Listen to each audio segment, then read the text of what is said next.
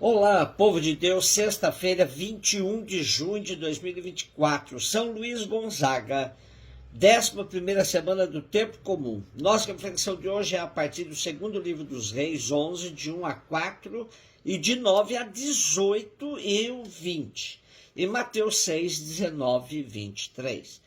Naqueles dias, quando Atália, mãe de Ocosias, soube que o filho estava morto, pôs-se a exterminar toda a família real. Mas Josaba, filha do rei Jorão e irmã de Ocosias, raptou o filho dele, Joás, do meio dos filhos do rei, que iriam ser massacrados, e colocou-o com sua ama no quarto de dormir. Assim escondeu de Atália e ele não foi morto. E ele ficou 6 anos com ela, escondido no templo do Senhor, enquanto Atália reinava no país. No 7º ano, Joiada mandou chamar os centuriões dos quereteus e da escolta, e introduziu-os consigo no templo do Senhor. Fez com eles um contrato, mandou que prestassem juramento no templo do Senhor e mostrou-lhes o filho do rei. Os centuriões fizeram tudo o que o sacerdote Joiada lhes tinha ordenado. Cada um reuniu seus homens, tanto os que entravam de serviço no sábado como os que saíam. Vieram para junto do sacerdote Joiada, e este entregou aos centuriões as lanças e os escudos de Davi, que estavam no templo do Senhor. Em seguida, os homens da escolta, de armas na mão, tomaram posição a partir do lado direito do templo, até ao esquerdo, entre o altar e o templo, em torno do rei. Então Joiada apresentou o filho do rei, cingiu-o com diadema e entregou-lhe o documento da aliança. E proclamaram no rei, deram-lhe a unção e, batendo palmas, aclamaram: Viva o rei! Ouvindo os gritos do povo, Atália veio em direção da multidão no templo do Senhor. Quando viu o rei de pé sobre o estrado, segundo o costume, os chefes e os trombeteiros do rei junto dele, e todo o povo do país, exultando de alegria e tocando as trombetas, Atália rasgou suas vestes e bradou: traição, traição! Então o sacerdote Joiada ordenou aos centuriões que comandavam a tropa: levai-a para fora do recinto do templo, e se alguém a seguir, seja morto à espada.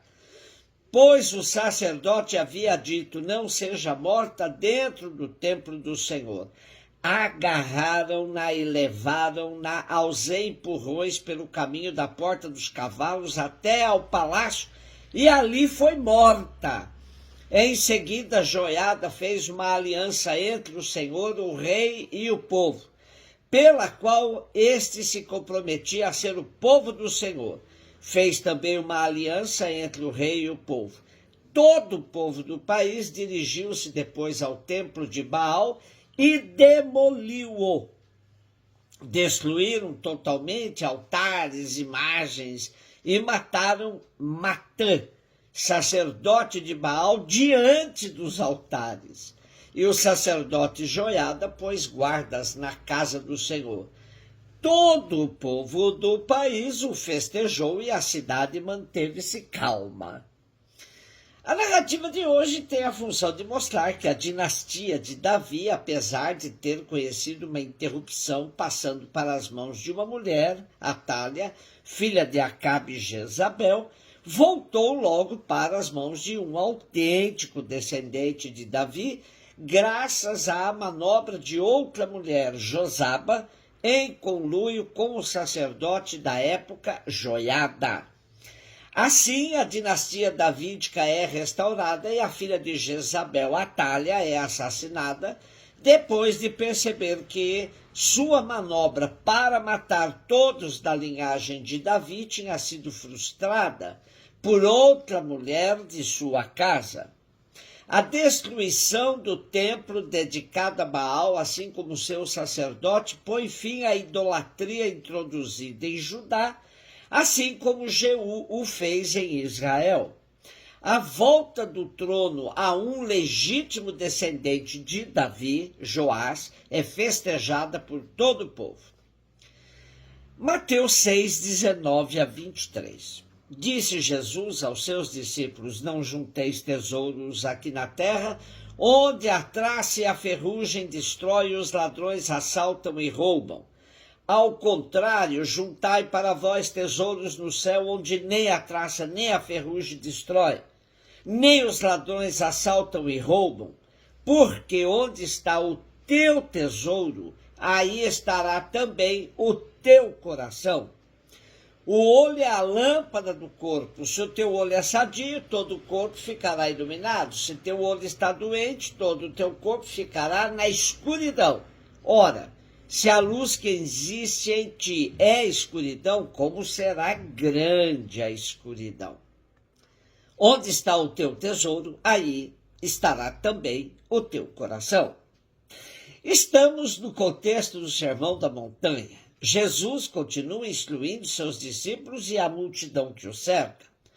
A chamada de atenção de Jesus para que não acumulemos bens na terra tem valor de alcance universal e atemporal. Apegos por coisas e por pessoas é um lado da moeda, mas há o outro lado que pode significar anseio por poder. Esse também se constitui no valor que a traça e a ferrugem destrói, e os ladrões assaltam e roubam. Tendo em conta que para os contemporâneos de Jesus o coração era a sede das decisões, aqui está o ponto mais importante para Jesus, pois as nossas decisões precisam estar conforme tudo o que ele vem ensinando no Sermão da Montanha, que começa com as bem-aventuranças, e vai seguindo um novo enfoque sobre a lei. Ter apego à lei ou às suas aparências, do mesmo modo como tinham os fariseus, deturpava toda a existência humana. Eles faziam da lei o seu tesouro e isto servia para excluir dos seus relacionamentos todos os que eles julgavam fora da sua interpretação da lei. Mas Jesus chama também a atenção para a precariedade dos tesouros da terra, pois estão sujeitos ao roubo ou à deterioração do tempo. Os valores duradouros são aqueles que desde o princípio desse discurso Jesus começou a descrever nas bem-aventuranças. Nesse discurso, Jesus também vai orientando-nos a internalizar a lei, a vencer os maus impulsos, a testemunhar a verdade, a vencer a tendência à violência, enfim, a amar como o Pai ama, ser perfeito como o Pai Celeste é perfeito. Para acumular tesouros no céu, Jesus também indica que nossa justiça deve superar a justiça dos fariseus e dos mestres da lei, que se aprisionam em prescrições externas, mal vividas e hipocritamente levadas adiante. A purificação do coração também acompanha a dos olhos, pois são a lâmpada do corpo, porque nos permitem ver e discernir os valores que temos de cultivar. Se os olhos estiverem sãos, isto é, postos em Deus, que é a luz fonte de toda a luz, será iluminado o mistério da escuridão humana. Se estiverem doentes, isto é, não postos em Deus, viveremos nas trevas, no mistério da nossa própria escuridão. Os filósofos gregos diziam que nada está no intelecto sem antes ter passado pelos sentidos. Assim, o que chega no coração, uma vez que significava o centro das decisões, passou também pelos olhos. Daí a coerência do discurso de Jesus em orientar que os tesouros que estão em nosso coração chegaram a ele por meio da visão, pois os olhos são os faróis de nosso corpo. Celebramos hoje São Luís Gonzaga, filho de família ilustre da Itália do século XVI, em 1568. Contrariando os planos de seu pai, que o queria na carreira militar, se encantou com os trabalhos dos jesuítas e começou seus estudos para ser padre.